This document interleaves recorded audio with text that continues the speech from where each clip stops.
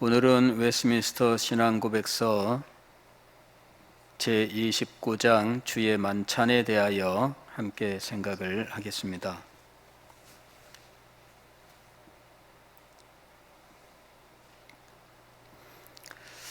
주의 만찬이란 우리가 흔히 성찬이라고 부르는 것을 의미하고 있습니다.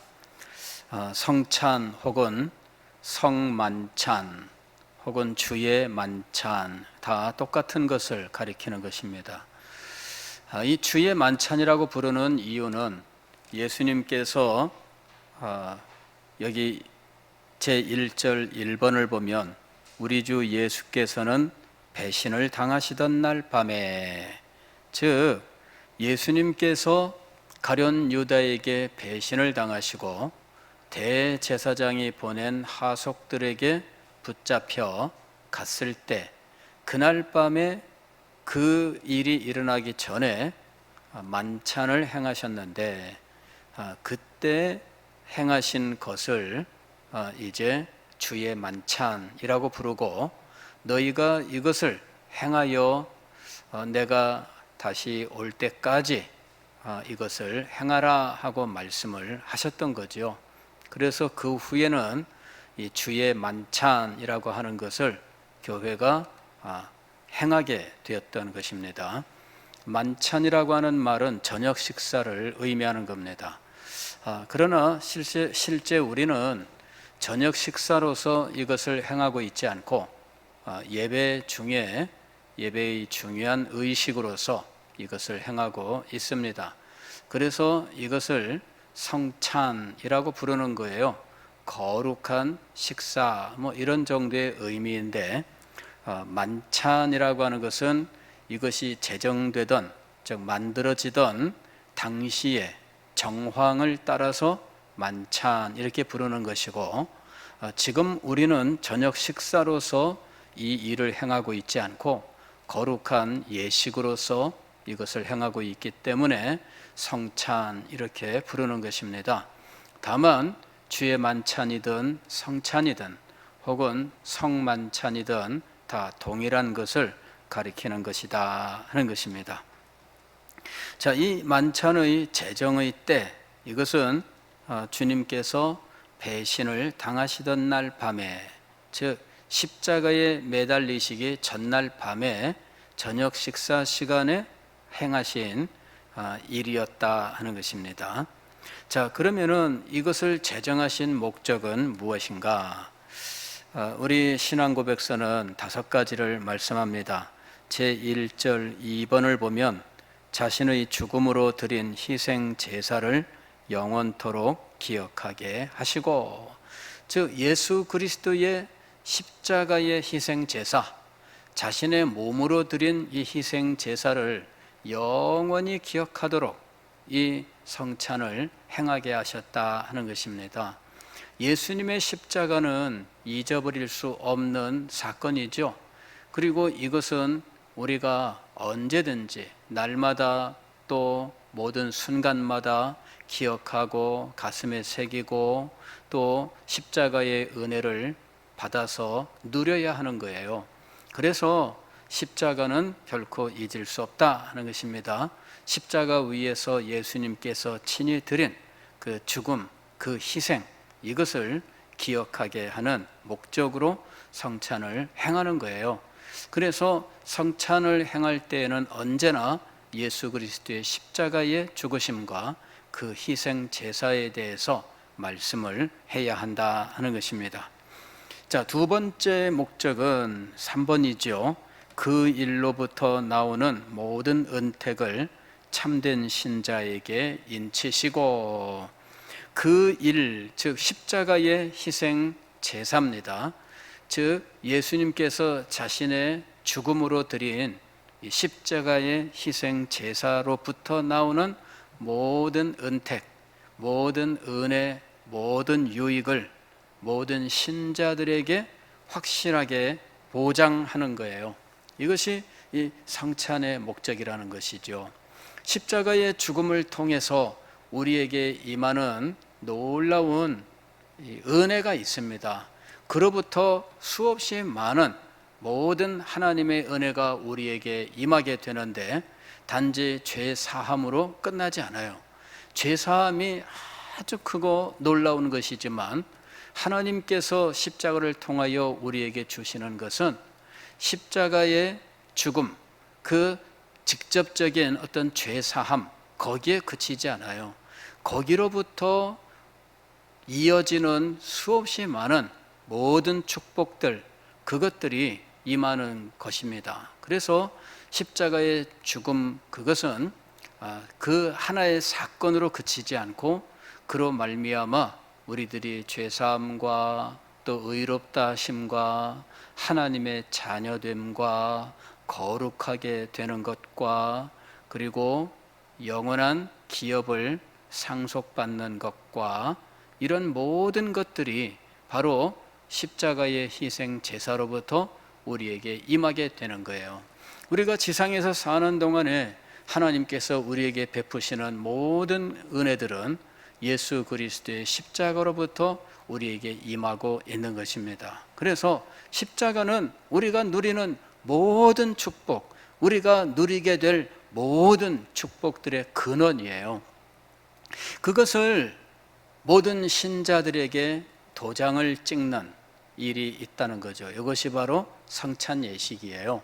우리가 성찬에 참여할 때마다 그리스도의 십자가와 십자가로부터 우리에게 임하게 되는 모든 축복과 은혜들을 묵상하고 그 것들을 이 성찬을 통하여 주님께서 우리에게 확실하게 보장하신다라고 하는 것을 믿음으로 이 성찬을 받아야 된다는 것입니다. 이것은 보장입니다. 보장. 보장이라고 하는 것은 얼마나 놀라운 것이에요. 그냥 그것을 주시겠다고 하시는 것으로도 감지덕지한데 보장까지 확실하게 한다면 어떻게 되겠어요? 이거 틀림없는 것이니까 얼마나 감격스럽겠습니까? 그래서 성찬의 두 번째 목적은 십자가로부터 나오는 모든 은택을 보장하는 인침이다라고 하는 거예요. 그런데 우리 신앙고백서는 여기에다가 뭐라고 되어 있냐면은 참된 신자에게 이렇게 말씀하고 있다는 거예요. 그러니까 교회에 적을 두면 그냥 뭐 다 신자라고 말할 수 있겠죠. 그러나 사실은 우리는 이 종교개혁 이후에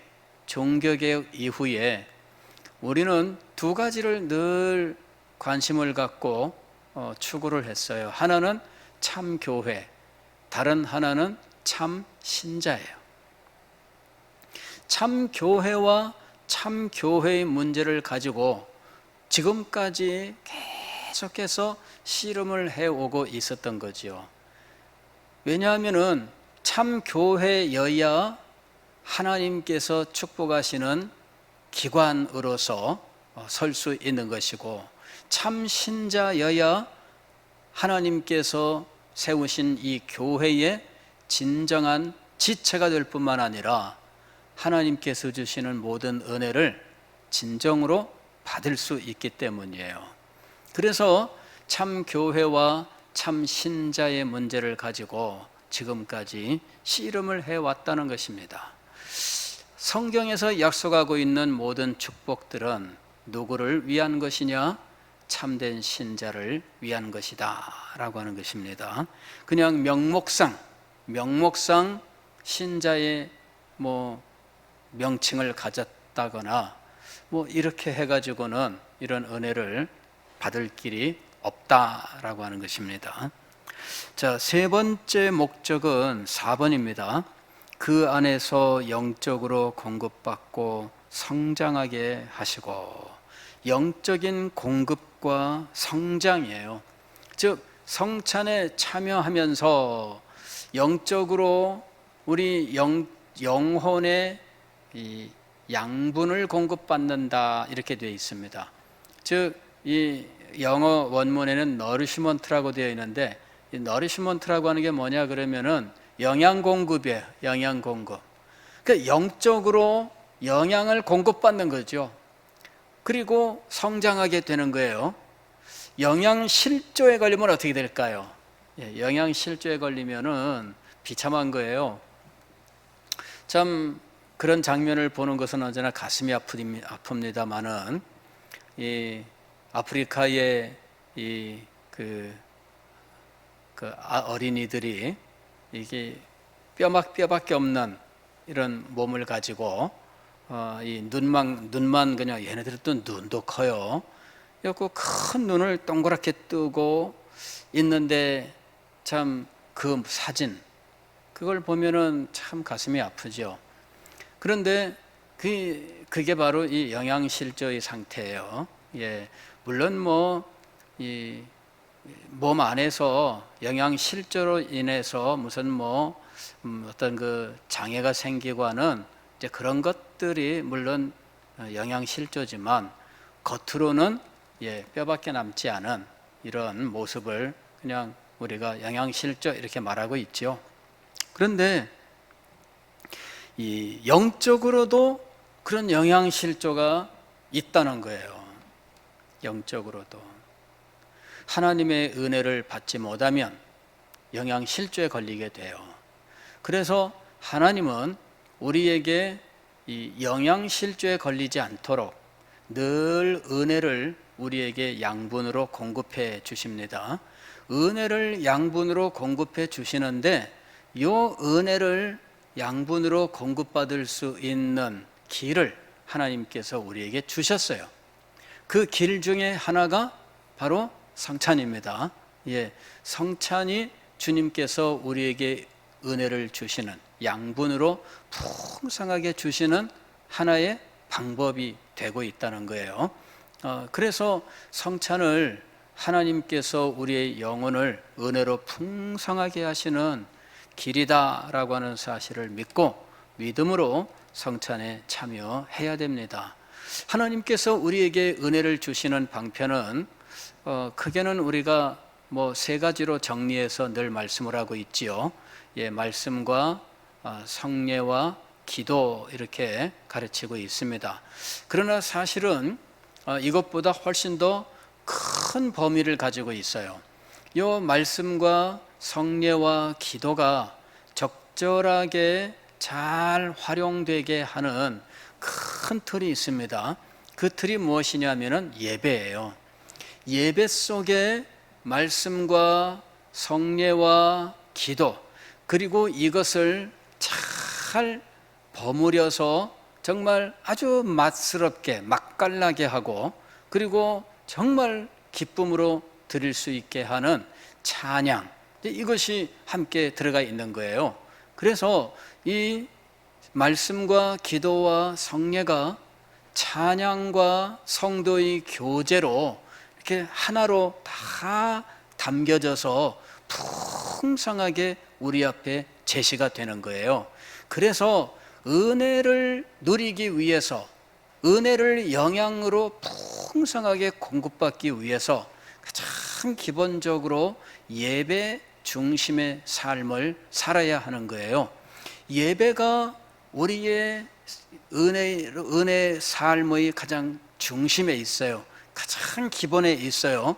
왜냐하면은 이게 종합 영양제와 같은 거예요. 종합 영양제. 종합 영양제가 뭐예요? 우리 몸에 필요한 모든 영양을 한꺼번에 다 담아놓은 거죠. 사실 모든이라고 말하면은 좀 어폐가 있어요. 그러나 어쨌든 우리 몸에 필수적인 영양들을 다 담아놓고 그래서 날마다 영양제를 먹게 해요. 심지어는 연령에 따라서 특정의 영양분이 부족하게 될 수 있기 때문에 혹은 연령에 따라서는 특정의 영양이 더 필요하기 때문에 이 연령에 따른 이 영양제까지도 나와 있다는 것이죠. 그런 영양을 공급받으면서 이걸 공급하면서 이제 일반적인 식사를 잘 하면 그러면 필요한 영양이 공급이 되는 거잖아요. 그런 것처럼 우리는 예배 중심의 삶을 살아야 돼요. 이것이 바로 영양제, 복합 영양제 혹은 종합 영양제와 같은 거예요. 말씀과 기도와 성례가 그 안에 있으며 찬양과 성도의 교제로 이것을 잘 버무려서 우리에게 아주 풍성한 만찬으로 제시하고 있다는 것이죠. 그리고 우리는 성경 공부와 또 특별한 기도회와 이런 것들을 통해서 우리의 영혼을 단련시키고 우리의 영혼을 더 새롭게 키워나가는 거예요. 그렇게 하는 동안에 우리는 하나님께서 주시는 은혜로 풍성한 자들이 되는 것이죠. 바로 성찬은 바로 그와 같이 하나님께서 우리의 영혼을 위하여 주시는 영양제와 같은 거예요. 그래서 여기 4번에 그 안에서 영적으로 영양을 공급받고 그 말입니다. 성장하게 하시고, 이것이 성찬의 목적이에요.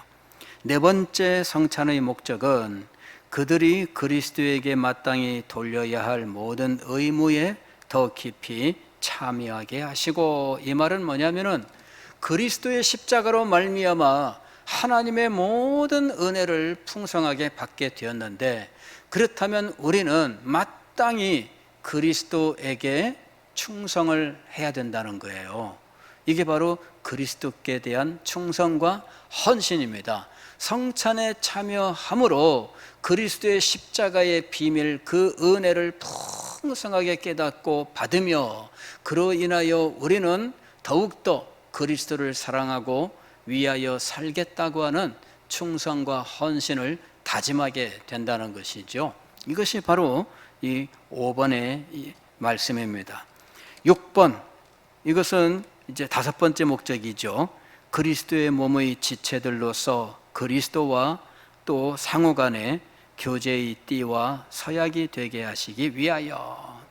이 교제의 띠라고 했는데, 이건 뭐냐면은 언약입니다. 언약.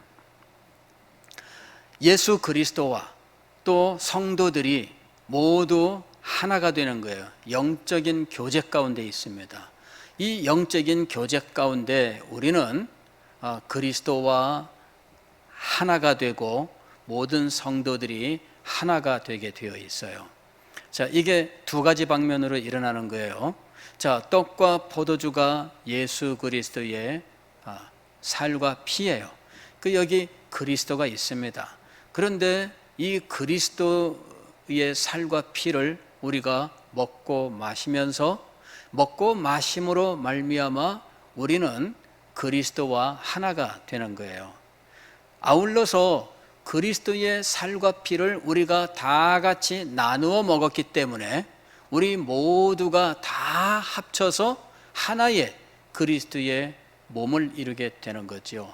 그래서 이 하나됨이라고 하는 것은, 즉 연합이라고 하는 것은 그리스도와 사이에도 일어나게 되고, 이 떡과 포도주를 함께 먹은 모든 참여자들 가운데에도 일어나게 되는 거예요. 그러니까 이 성찬에 참여하면서 나는 그리스도와 하나가 됩니다. 그러나 그리스도와 하나 된 나는 성찬의 모든 떡과 포도주를 나누어 먹은 모든 성도들과 더불어서 하나가 되는 거예요. 이중의 연합이 일어나게 되는 겁니다. 성찬은 이 이중의 연합을 우리에게 이루게 하고, 또 그로 말미암아 우리들이 그 이중의 연합을 확인하게 하는 거예요. 나는 그리스도와 하나가 되었으며 모든 성도들과 그리스도의 한 몸을 이루었다라는 거죠. 우리가 먹고 마신 모든 떡을 하나로 모으면 하나가 돼요. 모든 포도주를 하나로 모으면 그리스도의 피 하나가 되는 거예요. 이렇게 우리는 성찬에 참여함으로 그리스도와 하나가 되고, 아울러서 우리 모두는 그리스도의 몸을 나누어 먹고 마신 한 몸이 된다라고 하는 것입니다. 바로 이것이 성찬을 통해서 우리들에게 확인되어야 한다는 거예요. 성찬에 참여하면서 진정으로 모든 성도들과 하나됨을 확인해야 하는 것입니다. 자, 7번, 8번은 이 목적을 위하여 그리스도께서 주의 만찬이라 불리는 자신의 몸과 피의 성례를 제정하셨다. 그리고 이것을 교회 안에서 세상 끝날까지, 즉 주님께서 다시 오실 때까지 지키게 하셨다 하는 것입니다. 제2절은 주의 만찬의 의미입니다. 주의 만찬의 의미. 1번, 이 성례에서 그리스도는 산자와 죽은 자의 죄를 속하기 위해 성부께 드려지거나 실제 희생 제물이 되는 것이 아니다. 이건 로마 가톨릭에서 말하고 있는 거예요. 로마 가톨릭에서는 성찬의 떡과 포도주, 즉 이 성찬은 그리스도가 자신을 하나님 앞에 드리는 제사라고 이야기하는 것이죠. 성찬이 제사인가 하는 것입니다. 성찬은 제사가 아닙니다. 우리가 이걸 잘 알아야 돼요. 근데 이 로마 가톨릭은 성찬을 그리스도가 하나님께 드려지는 제사다 이렇게 말을 하는 거죠. 그리고 그리스도가 실제로 희생제물이 되는 기적이다 이렇게 가르치고 있다는 거죠. 이것이 바로 화채설입니다. 화채라고 하는 것은 이 화는 될 화자고 채는 몸채자입니다. 즉 화채라고 하는 것은 떡과 포도주가 실제 예수님의 살과 피로 변하는 것, 이것을 의미하는 거예요. 그러니까 로마 가톨릭에서는 성찬에, 즉 주의 만찬에 사용되는 떡과 포도주가 신부가 축성하는 때에 실제로 예수님의 살과 피로 변하는 기적이 일어난다 이렇게 말하는 것이죠. 그러니까 미사라고 하는 것은 바로 이 제사를 의미하는 거예요. 미사는 제사입니다. 예배가 아니고 제사예요. 그래서 제사를 드리는데 무엇으로 제사를 드리느냐 하면 예수님의 살과 피, 실제 예수님의 살과 피로 바뀐 이 기적, 이것이 미사 때마다 일어나는 거죠.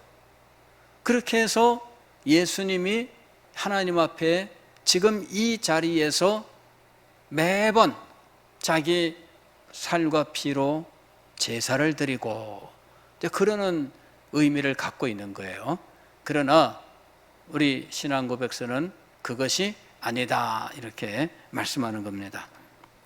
4번, 오직 십자가 위에서 친히 자신을 영단번에 제물로 드린 것을 기념하고 그랬습니다.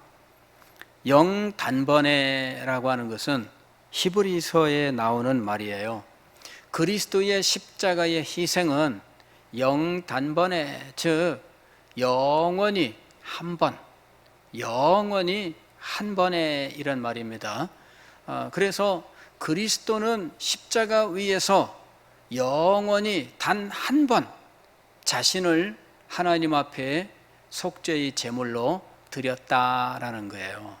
여기서 영단번에라고 하는 말이 중요한 거예요. 이건 히브리서에 나오는 말입니다. 영단번에. 예. 히브리서에 이 once for all 이라고 되어 있는데 이게 영단번에라는 말이에요. 그리스도의 희생 제사는 반복될 수가 없어요. 이것은 2000년 전에 갈보리 언덕에서 예수 그리스도께서 십자가에 매달려 죽으셨을 때 단 한 번 드려진 거예요. 이것은 반복되지 않아요. 그런데 이 화채설에 따르면은 그리스도의 살과 피가 매번 하나님 앞에 드려지는 상황입니다. 그래서 종교 개혁자들은 이 화채설이 잘못된 것이다 라고 말한 것이죠. 그리고 화채설에 근거하여 진행되는 이 미사 그리고 이 성찬은 거짓이다 이렇게 가르쳤던 거예요.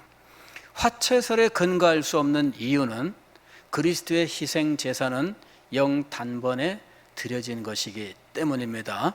예, 이것을 확실하게 해야 되는 거예요. 자, 계속해서 보면 이렇게 되어 있습니다. 6번에 이 일로 하나님께 드릴 수 있는 모든 찬송을 영적으로 봉헌하는 것일 뿐이다. 5번 끝에 보면은 기념하고라고 되어 있습니다. 즉, 이 그리스도의 희생 제사는 영단번에 끝났고 그 다음에 이 사건은 반복되는 것이 아니라 기념하는 것이다 라는 거예요.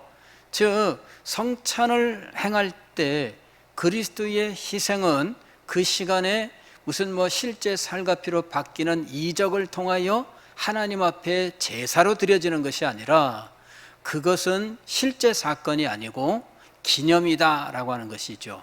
그 다음에 찬미의 제사, 즉 하나님께 대한 찬송이에요. 그리스도를 십자가의 희생 제물로 드리고 그로 인하여 우리에게 죄사함과 모든 은혜를 이루게 하신 하나님의 그 모든 은혜에 대한 찬송이죠. 그래서 그리스도의 희생 제사의 기념과 하나님께 대한 찬송이에요. 이것이 성찬의 의미라고 하는 거예요. 그리스도의 살과 피로 바뀌는 이적이 아닙니다. 그리고 그 이적 후에 하나님 앞에 제사를 드리는 것이 아니다라고 하는 거예요. 이것이 바로 만찬의 의미라고 하는 거예요. 7번 보게 되면 이 로마 카톨릭의 잘못된 것을 말씀하고 있습니다. 그러므로 교황주의자의 소위 미사의 제사는 가증스럽게도 그리스도의 영단번의 희생제사, 즉 선택자들의 모든 죄를 위한 한 번뿐인 속죄를 손상시키는 것이다. 한 번뿐인 이 그리스도의 속죄의 제사, 이 영단번에 드린 이 희생 제사를 손상시키는 일입니다. 그리고 이것을 가증스럽다라고 말한 이유는 이것이 우리의 복음의 핵심이기 때문이에요.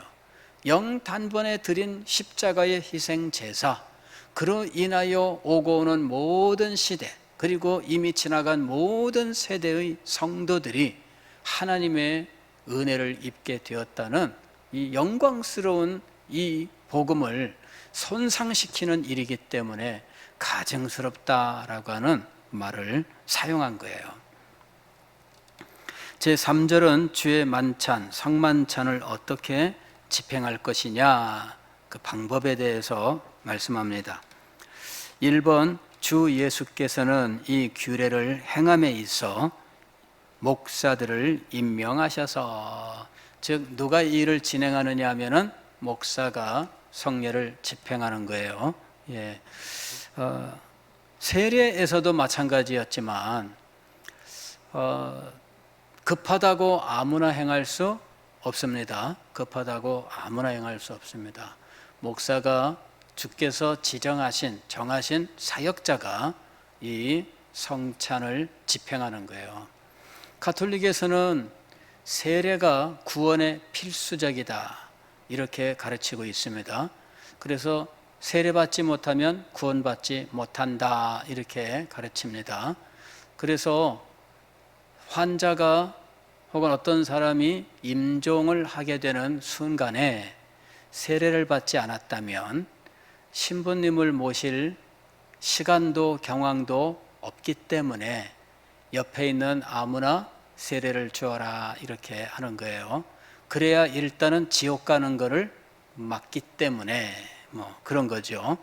그러나 우리는 세례 의식 자체가 구원을 보장하는 것이 아닙니다. 세례에 담겨 있는 복음을 믿는 자가 구원을 받는 겁니다.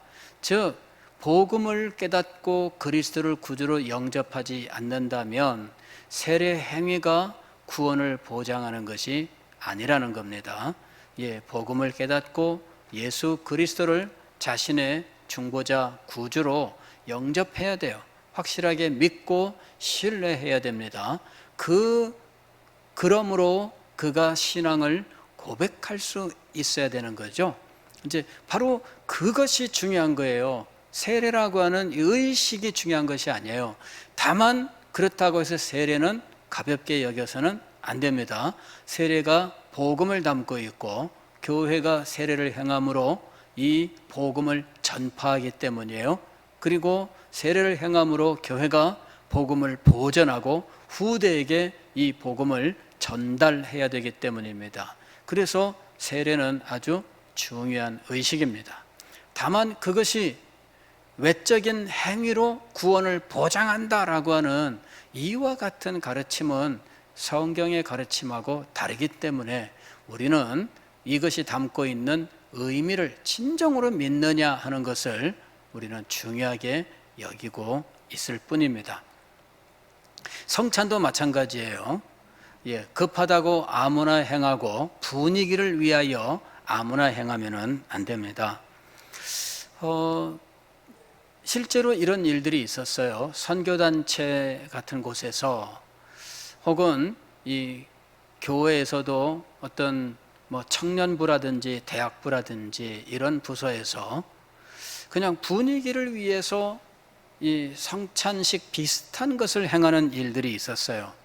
이것을 애찬이라고 하는 명칭을 가지고 떡과 포도주를 나누며 이러는 식으로 목사가 아닌데 그냥 떡과 포도주를 나누고 이런 식으로 애찬식을 합니다. 이러는 일들이 있어요. 그 다 가짜입니다. 애찬식은 없어요. 애찬식은 없고 성찬만 있는 겁니다.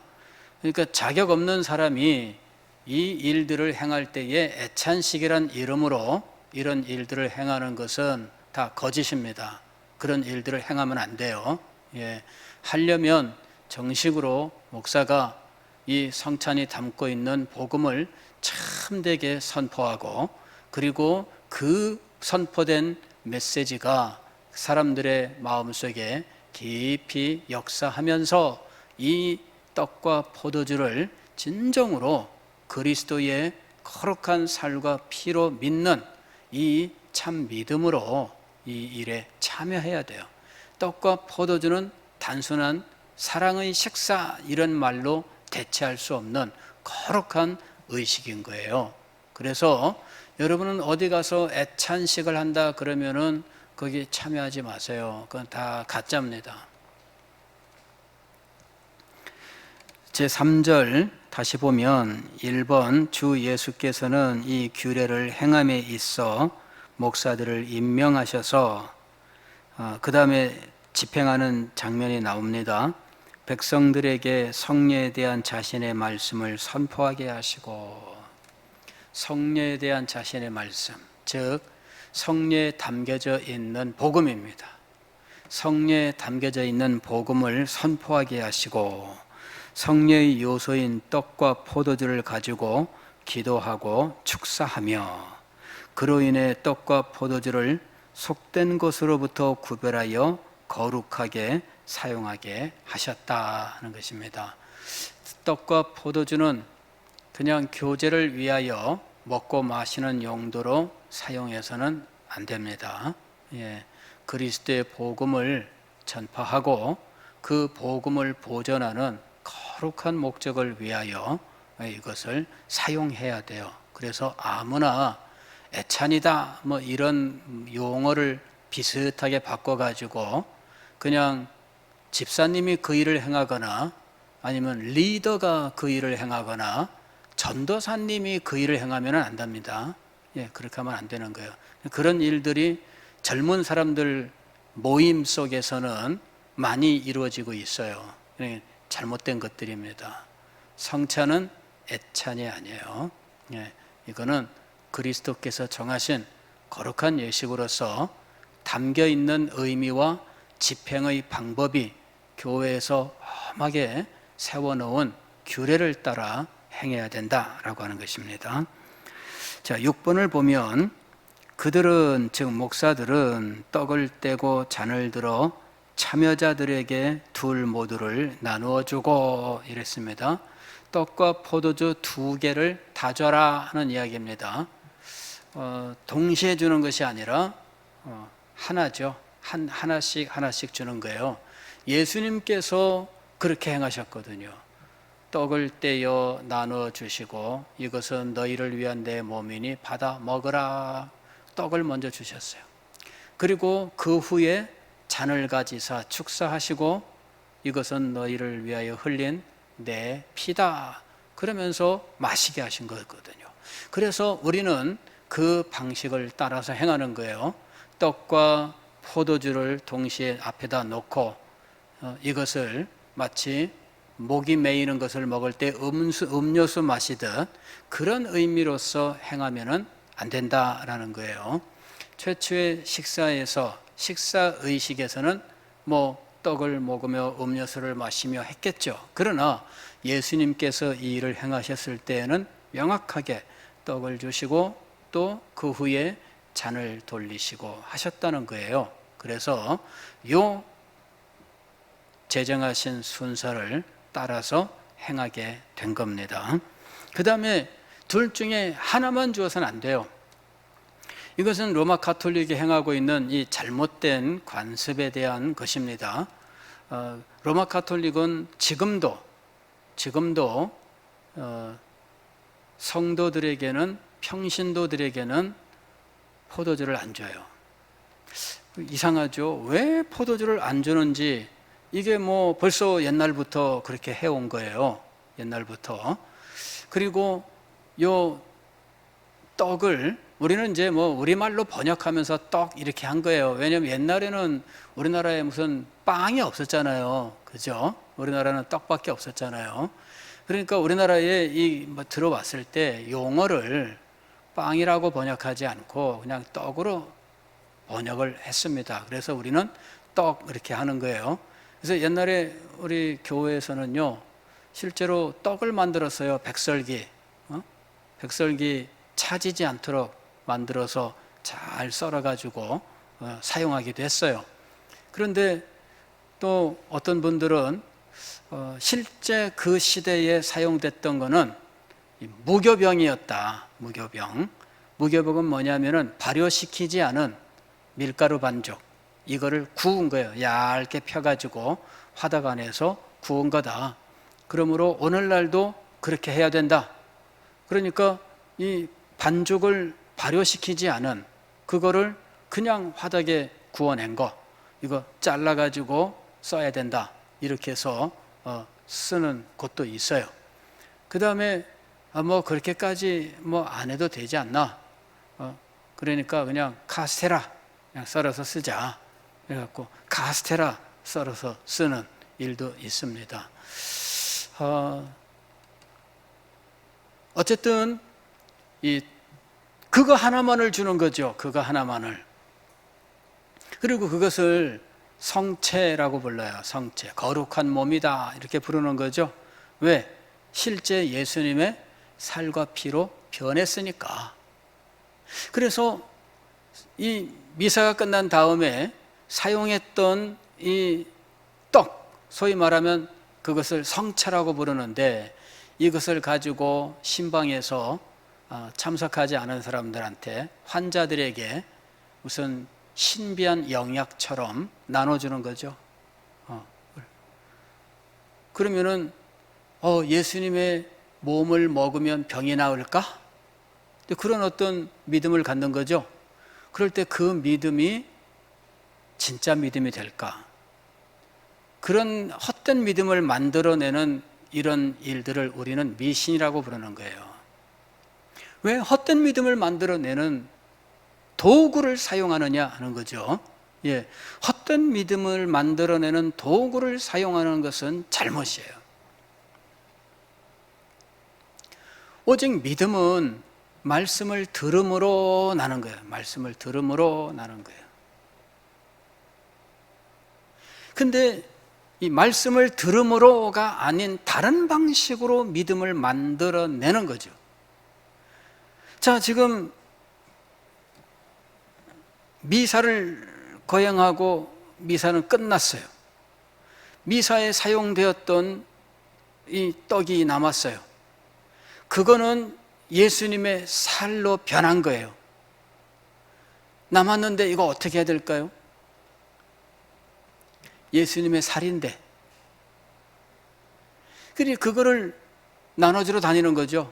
가난한 사람들, 예배 참석 안 하는 사람들, 뭐 병자들 나눠주러 다니는 거예요. 왜? 예수님의 살이니까. 예수님의 살을 받는 사람들은 예수님 이러면서 무릎을 꿇지요.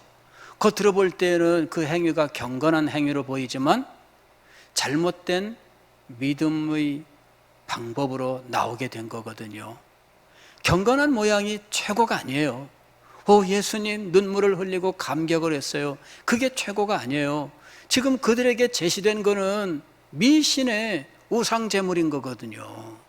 근데 그것에 대해서 그런 감정을 불러일으킨다면 그건 잘못된 거예요.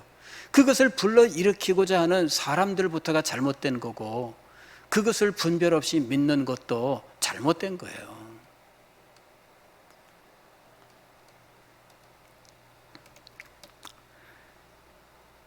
여기 보면은 6번, 그들은 떡을 떼고 잔을 들어 참여자들에게 둘 모두를 나누어 주고, 하나만 주는 것도 잘못이고, 그 하나를 지금 7번을 보면 이렇게 돼 있어요.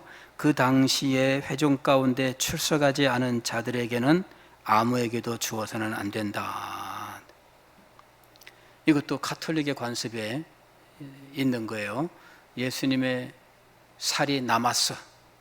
사용하고 남았어요. 그 살을 엄청나게 소중하게 간직하고 환자들에게, 가난한 자들에게, 불쌍한 자들에게 나눠주러 다녀요. 예수님의 살이다, 예수님의 살이다 이러면서. 안 된다, 그 얘기입니다. 안 된다. 그 시간에 참여한 사람들에게만 은혜가 임하는 거예요. 성찬 모든 예배의 은혜가 마찬가지입니다. 이 자리에 참석하지 않은 사람에게도 동일한 은혜를 주시고, 저는 그렇게 기도하지 말라고 가르쳤습니다. 왜냐하면 그 자리에 참석하지 않은 사람에게 동일한 은혜가 임하는 것이 아닙니다. 그 자리에 참석한 사람이 그 자리에서 말씀을 듣고 그 자리에서 그 일에 참여하면서 그곳에 임하신 주의 성령과 성령의 역사 가운데에서 은혜를 받는 거예요. 그렇지 않고 그냥 이 떡 가지고, 이 쪼가리 가지고서 줌으로 은혜를 받는 게 아닙니다. 이 떡은 말씀의 선포가 없으면 아무것도 아닙니다. 말씀의 선포가 있을 때 이 떡이 의미를 갖는 거예요. 믿음으로 받을 때 우리에게 성령이 역사하여 그 은혜가 우리에게 임하는 것입니다. 이 은혜의 역사가 어떻게 일어나는지를 잘 알아야 돼요. 성찬은 종교개혁 당시부터 굉장히 치열한 전쟁터였어요. 그리고 그 후에 개신교 내에서도 성찬의 문제가 굉장히 치열한 싸움터가 되었어요. 왜냐하면 이 성찬이 그리스도의 십자가를 직접적으로 우리에게 교훈하거나 혹은 상징하고 있기 때문이에요. 그런데 이것을 실제화하려고 하는 이런 신비적인 이런 주장들이 워낙 강력했기 때문에 이것을 바로잡는 것이 굉장히 힘들고 어려웠어요. 그리고 그것을 바로잡기 위해서 많은 사람들이 정말 피나는 투쟁하고 희생을 하고 해서 오늘날 이 성찬 예식이 우리 가운데 전수가 된 겁니다. 우리가 이 성찬 예식을 가볍게 여겨서는 안 됩니다. 이런 피나는 투쟁을 통해서 그 은혜의 수단을 바르게 세워왔던 거예요. 이 은혜가 우리에게 올바로 역사할 수 있도록 우리는 늘 성찬 예식을 거룩하게 지켜나가야 하는 것입니다. 기도하겠습니다.